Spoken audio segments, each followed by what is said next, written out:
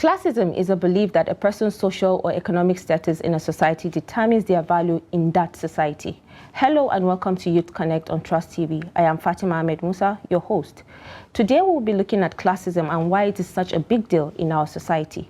Classism is a form of discrimination based on social class where individuals or groups are treated differently or disadvantaged due to their economic and social status. It often perpetuates inequality and reinforces social hierarchy, impacting access to opportunities and resources.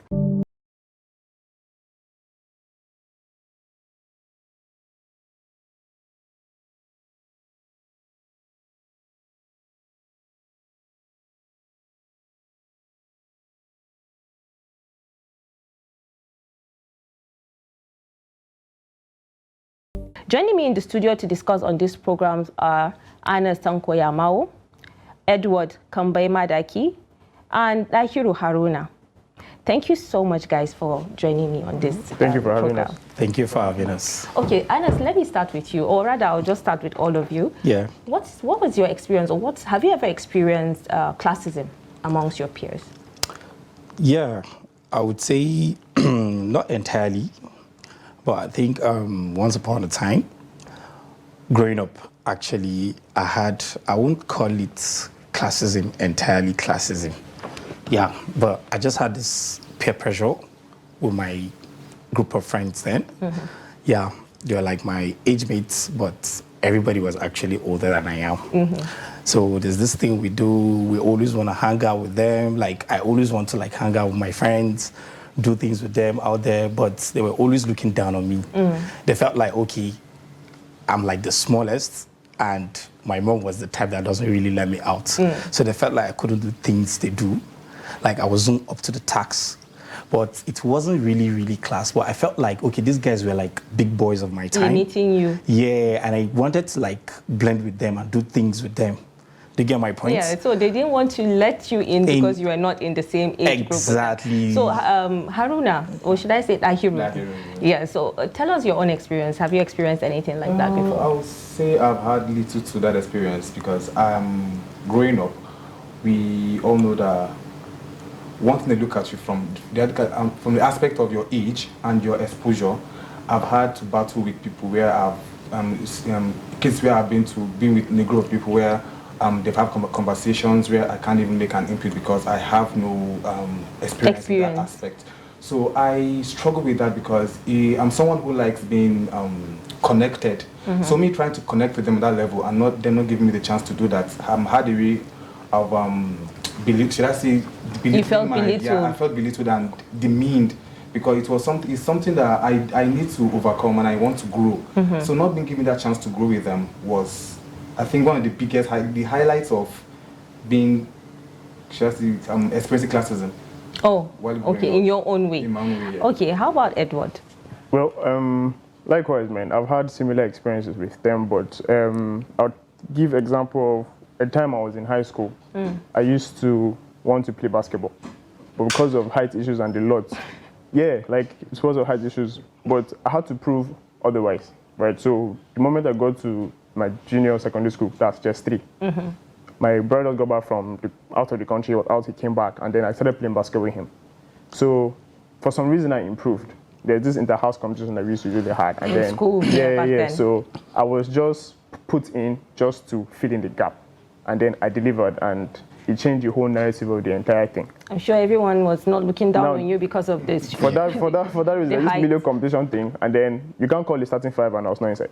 Nice. Wow. Right, so that's so you proved them wrong. Exactly, but I saw how most people, it used to affect most people.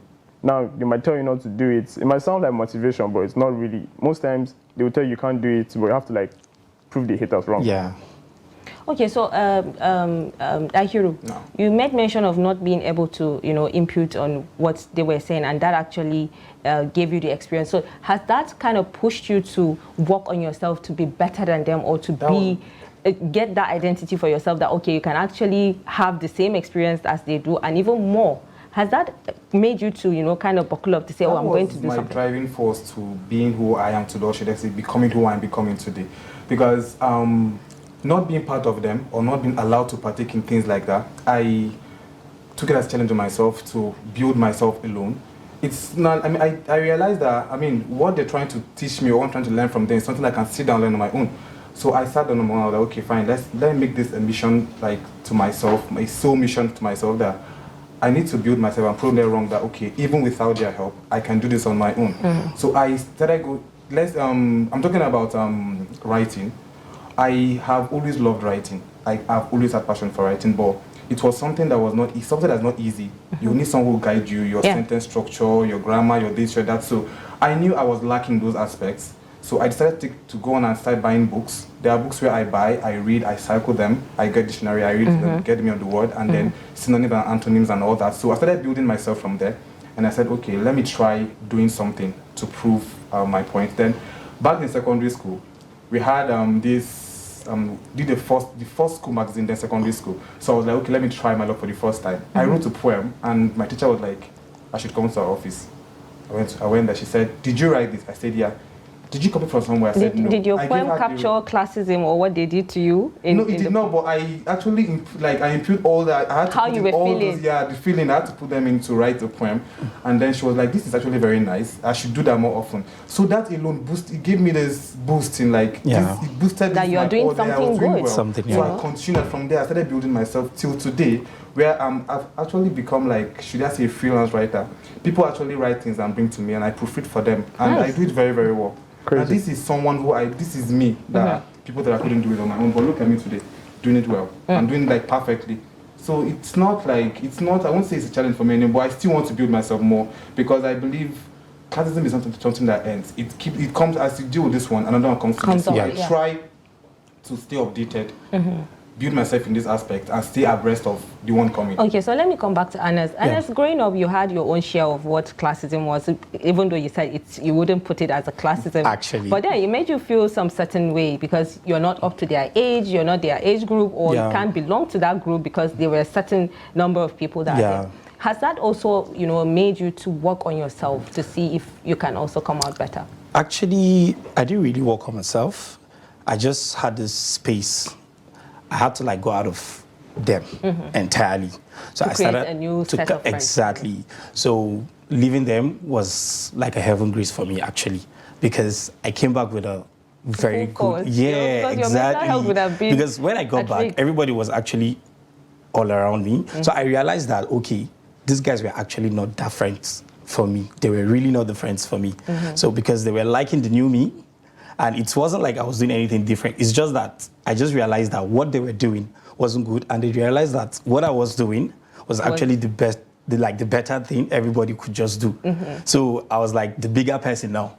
Everybody was like, Anna's this, Anna's that, do you get? So that gave me a very good boost for me to keep up with what I was doing. So I didn't really have that classicism at all. Okay, Edward, you proved to everyone that you can actually play basketball. I can remember that I have this friend that is a bit shorter than we are. Just say it. just say it. But guess what? She's a three-pointer, and we played basketball with her back then, and she actually proved it, yes. Exactly. And it's a different thing when people look down on you, because there's a way that when people say certain things to you, it makes you have so low self-esteem. So I'm sure we all maybe have experienced this back in college one way or the other, or you've seen other people that might have experienced this. Can you share that with me? Have you had anybody go through maybe, oh, I don't belong to that class, I wouldn't be there, I'm not supposed to be in that group kind of thing. In school it happens like that. You see maybe group of people that are driving this kind of car, or dressing in a fancy way that people want to look up to, and then maybe they are not up to the task. Let me train a point on that. Once upon a time in school, I would say, okay, actually, I wasn't all that sound there in school. Like my friends then, they're out there with the whole book thing. They want to read. And I'm not the type that actually reads. Really, I'm very being honest. Honestly. I just study when I want to go for my exams and all that. So these guys keep reading all the time. And you've been wondering. And I'm like, guy, why are these guys always reading? And they were actually doing good. So I felt like, wow. You're not doing enough. I'm not doing enough, and I want to be there. But I was like, even if I want to be there, I don't think I can keep up with what they're doing. So that actually gave me that inferiority complex at some point. But on my own side, when I look at the other side, that, okay, even though I don't study as much as they do, when it comes to me studying at my leisure, or when I feel like studying, I still do good. So I kept on doing what I was doing. You know, because why I asked that question is because you can actually be in a place where people are actually talking about someone saying that, oh, they don't belong to this class. That's why I don't want to be around this exactly, person. Kind of exactly. I think that's the only experience I've had, actually. Because, like I said, I hear it's like you wanted to say something. I've actually experienced that, even though I don't talk about people. Maybe back in school you could see where they'll say, oh, this person knows, she doesn't know how to dress. Yeah. Some will even tell you to your face. It happens. And it has a way of making you feel bad. Body like maybe language too has a way of exactly communicating these things to you. Because there's this boy in my class, I'm not trying to shade him or anything, but we have this boy in our class. When we started 100 level, then he had like 2 pairs of shirts. He would wear this down in the morning. He wear one to class in the morning, and then in the evening he changes it and goes to class. But one thing that was consistent with that guy was reading. He was always going to class, like he was always focused. But he had little access to finance. He was not really having all the necessary books, but he was someone who was committed. He would actually come to you to the point of asking you for your phone and browse through some articles or some things to use for an assignment, and then he uses that. And then when he got to a point that tutorial level, and someone called him and was like, Bila, come, do you have a phone? He said no. And then he said, okay, fine. He needs they need something from you. And then was like, that they want to contribute money and get something for him. And then he said, what was that? They said, I want to get him a phone. And then he asked them, he was like, why? Because they said they noticed that he doesn't really mingle with people like that, and he doesn't. He said he's okay the way he is. That if I want to get him a phone, he would rather use the money to pay up for. He was registering for one course online then, that he wants to apply for that course, that they should use that phone rather than money for the phone to get that course. And I was like, no, this is not that's the wrong thing to do. We are trying to bring you up to speed. He said, no, it's okay the way it is. It's not like it gets into his head to do that. He just wants to have experience to all of it. He wants to have an experience with different aspects of education. So now Bilal, he finished as the best student in my class. And our dinner night, we loved that guy for who he was, because he was so true to himself. Okay, Dahiro, I'll come back to you. Let's go on a quick break, and when we come back, the discussion will continue.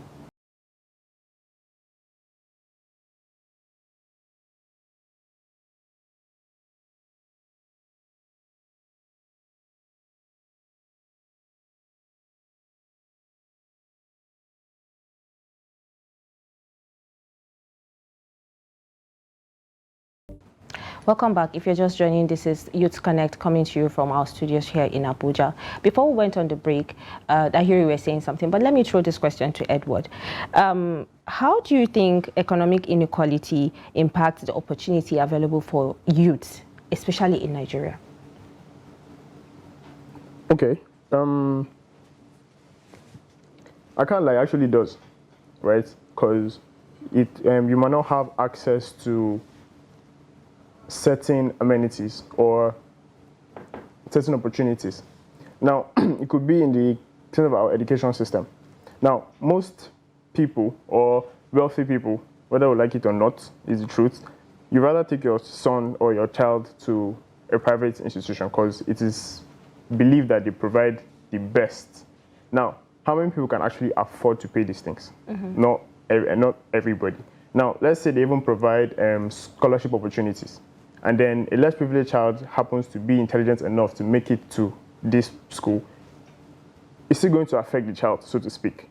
Do you understand? So you can see public schools, most times it's always the poor or less privileged people that can actually afford to send their students. But now, quality of education is not good because there are less money being sent to by the government to sponsor and get good teachers, good equipment, and actually follow up properly.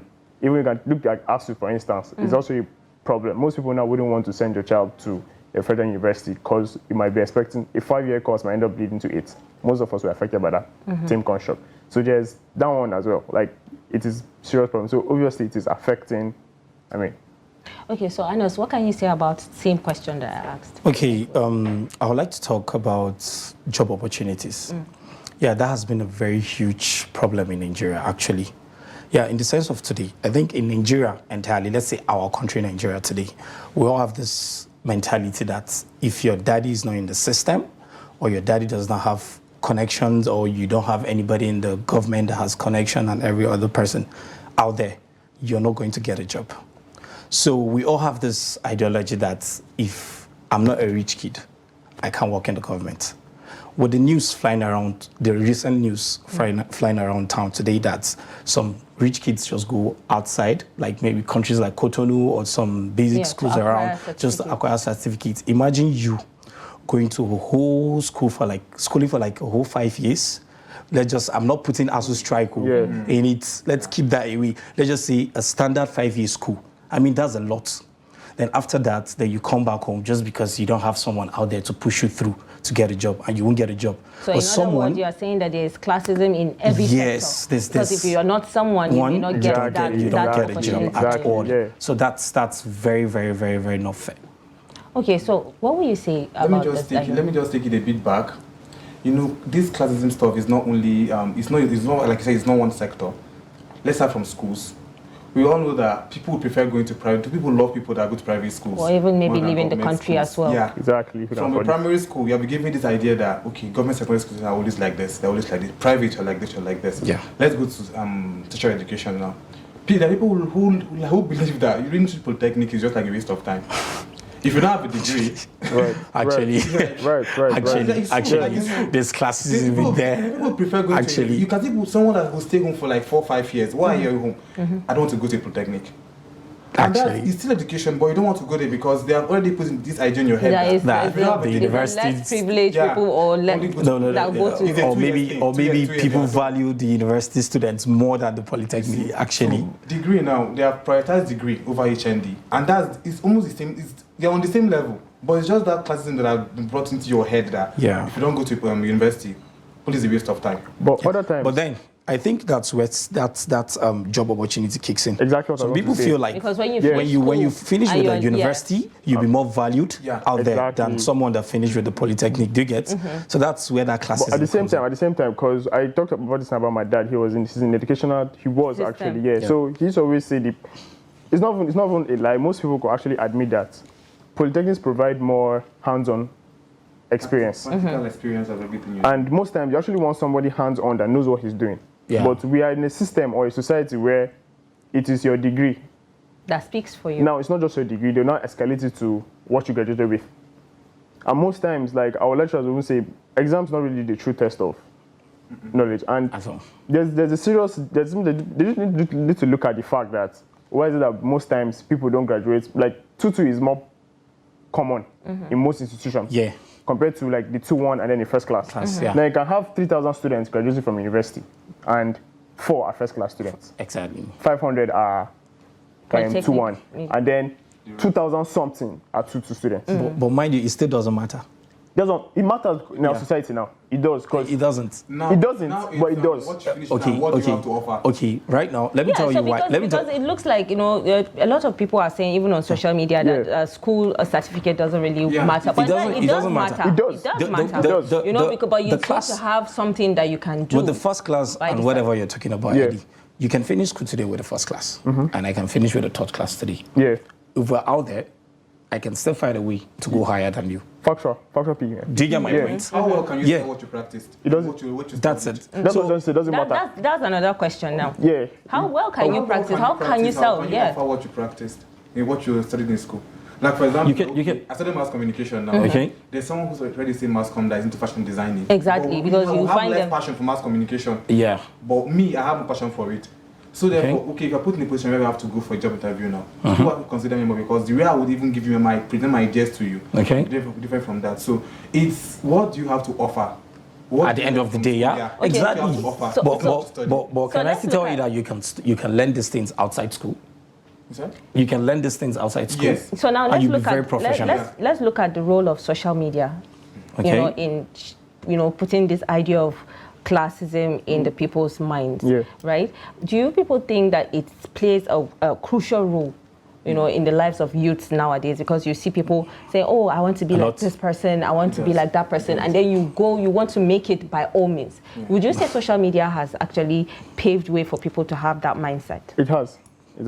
I mean, the basic social media that would have we see might be main platforms. Let's say Instagram, for instance, it's all about lifestyle and the lot. But let's say you're a career person, and then you go on to LinkedIn. I don't know if you know it. LinkedIn, it's a more professional. And then you try to make connections with people. Now you see somebody with 20 years. crazy ass experience, crazy ass certifications at a young age, and then you now that you're maybe like 3 years older than that guy, you'll be like, how was he able to achieve all these things? And then there are a lot of people on LinkedIn with, now I don't even know if it's if it's true or not, but they're there. So if you're a career person, it's more challenging for you to go on LinkedIn and not feel intimidated, no matter who you are, no matter how strong your mental health or your is. Actually, if you are in Has that tempered with your mental health in a way? It has. I'm talking from experience because Like all of you have gone through, because all of you are kind of. I'm saying it because there's a time when I started my data analysis role, and then I was tutored by one lady. So she asked me to make connections with her in her LinkedIn page, and then most of her were light years ahead of me. Not really light, but compared to like experience, they're light years ahead of me. So I mean, I was intimidated. I can't even lie. Okay, let's hear from Dahiru. So just in 1-2 minutes, all of you, one minute. You know, the main thing there is the main goal of everyone is to make money and have it like live a good life, healthy life, like a satisfied life. Yeah. So we all know that with the way things are going right now, social media is playing a very, very big role. I've noticed that everywhere you turn to now, you'll see people advertising how to learn a skill and use that skill to get a job remotely and work well. Now, if you notice, most Nigerians now, like I'm seeing from what I'm seeing, most Nigerians, they are working as remote workers. They are engaged as remote workers now, as content creators, as digital analysts, as this, as that. Now, this in a way now, media is bringing, like social media is now bringing people up to speed with the fact that putting in their head that this thing you thought was impossible is actually very, very possible. All you need is your phone and your time. Okay, so Anas, in 1 minute. Yeah, social media has actually been like the most integral tool for people to get class. But I'm going to talk on the negative part of it, because I think 1 minute. Yeah, social media has actually made a lot of people to do things they are not supposed to do. Because I feel there's a lot of people that lie on social media. I can just go see a random car on the street, take a picture in someone's car, and just put it out there. Then someone that actually feels intimidated can just say that, then I'll be like, God, I have to get to this place. So it's actually possessing a lot of youth out there. And making people want to do what they're not supposed to do. And so the discussion. I feel like social media is like the integral part of. But I don't want it to end. But believe me, we're going to have this conversation again on another episode. And I'm sure that you guys would join me again when I invite you. And thank you so much for coming, Anas, Dahiru, and Edward. Thank you so much for being with us through this conversation. Keep a date with us again next week as we bring you another interesting episode with the ladies, because we just had this one with the guys and we're going to have one with the ladies on the same topic. I remain your uncle, Fatima Ahmed Musa. Bye for now.